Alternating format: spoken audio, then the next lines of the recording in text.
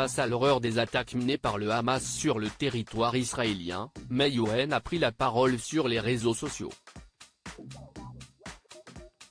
Les attaques perpétrées par le Hamas sur le territoire israélien ont fait des centaines de morts. Le samedi 7 octobre 2023 restera malheureusement gravé dans l'histoire du conflit israélo-palestinien. Depuis, le gouvernement israélien mène des attaques dans la bande de Gaza. Le Hamas menace quant à lui de tuer les otages emprisonnés. Les familles, endeuillées, demandent la libération de ces personnes dont on ne sait pas où elles se trouvent. En France, certaines personnalités ont accepté de prendre la parole, pour rendre hommage à toutes ces victimes civiles. Parmi elles, Mayouen Lebesco. En effet, la réalisatrice a publié un dessin lourd de sens sur Instagram. On peut y voir un dessin de la Tour Eiffel. Sur l'édifice, à la fois le drapeau palestinien et israélien. En légende, elle écrit « Je rentre d'Israël-Palestine.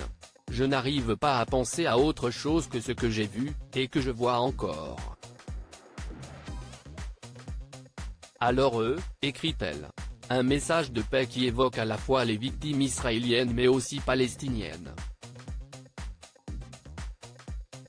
Mayouen Lebesco, visiblement traumatisée, ne peut oublier ce qu'elle a vu. De nombreuses personnalités prennent la parole pour rendre hommage aux victimes. D'autres personnalités ont aussi pris la parole, comme le producteur et animateur Arthur. Il est temps de montrer votre humanité et votre soutien, rappelle-t-il, regrettant que peu de personnes médiatiques réagissent. Tristesse et consternation. Il s'agit de terrorisme et de barbarie, a lancé Gad Elmaleh.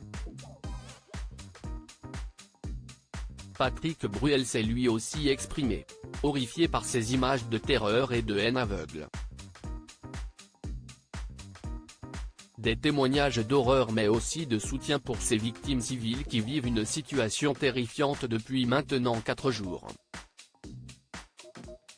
Plus de 1500 morts sont à déplorer des deux côtés.